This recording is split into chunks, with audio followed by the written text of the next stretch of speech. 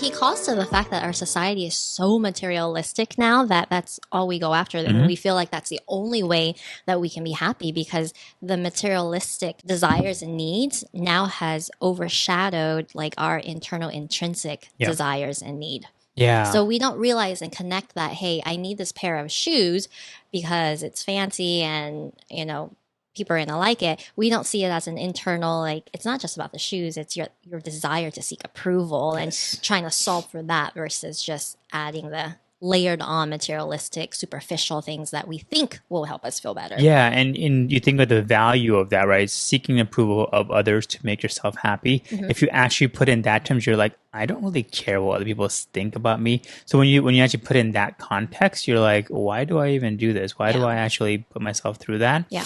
Another thing that he does go over is the second part of that statement. Happiness is a problem. Is having problems. As you know, I'm in a weight loss journey.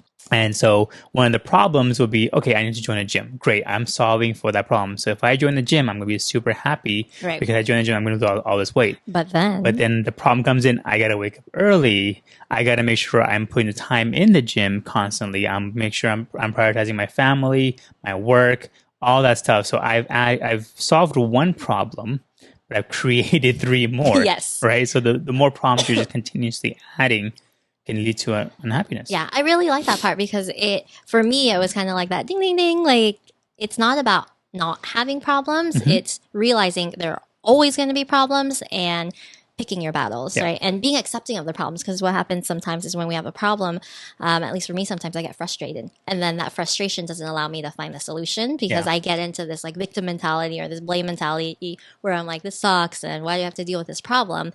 But if we're just like, hey, problems happen and they come, you expect it, you're prepared for it, and then you just move on, or you just don't give an F, right? And then you move on to a different type of problem. So that whole chapter is about happiness is not the problem, it's solving a problem is what makes you happy, because when you solve a problem, you feel the sense of growth, you feel like you're actually doing something, and that's what gives you that happiness.